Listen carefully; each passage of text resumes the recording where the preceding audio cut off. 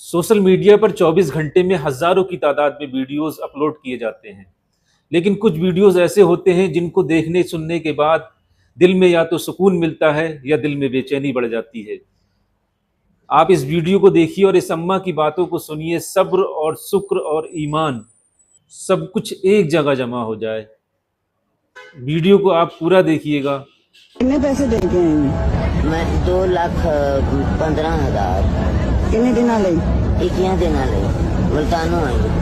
अच्छा, पहली बार आई हैं? आप पहली बार आई। शुक्र कर अल्लाह ने मेरी साथ लिया। मैं सारी उम्र तेरे मेरे काम किए, सफाइयां करती रही, झाड़ू पोते कपड़े धोते ने, रुपया रखी रखा है, आदि कमाई ना लाई है। अल्लाह सोने सत्य।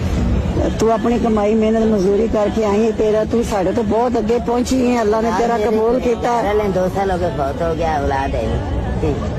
घर वाला कोई नहीं, ते बच्चे भी कोई नहीं। अल्लाह ने दिते लोगों दे। अच्छा, 4 बच्चे अल्लाह दिते। 5 साल का हुआ तो 2 धियां तो 2 पुत्र। 5 साल का हुआ तो ले ले 5 साल। शुक्र उसके साथ था, जिथे वो रखे, जिथे वो रखे।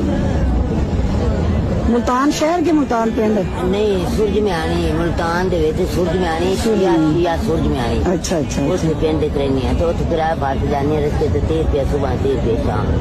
माशाल्लाह। किसी के कपड़े धोते, किसी के भांडे मांजे, किसी की सफाई की।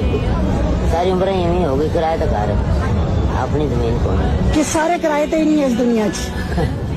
अल्लाह को तो चलना, सारे टुर जाना, अल्लाह को सारे जन्नतां च मालक हो जाना। सुभान अल्लाह।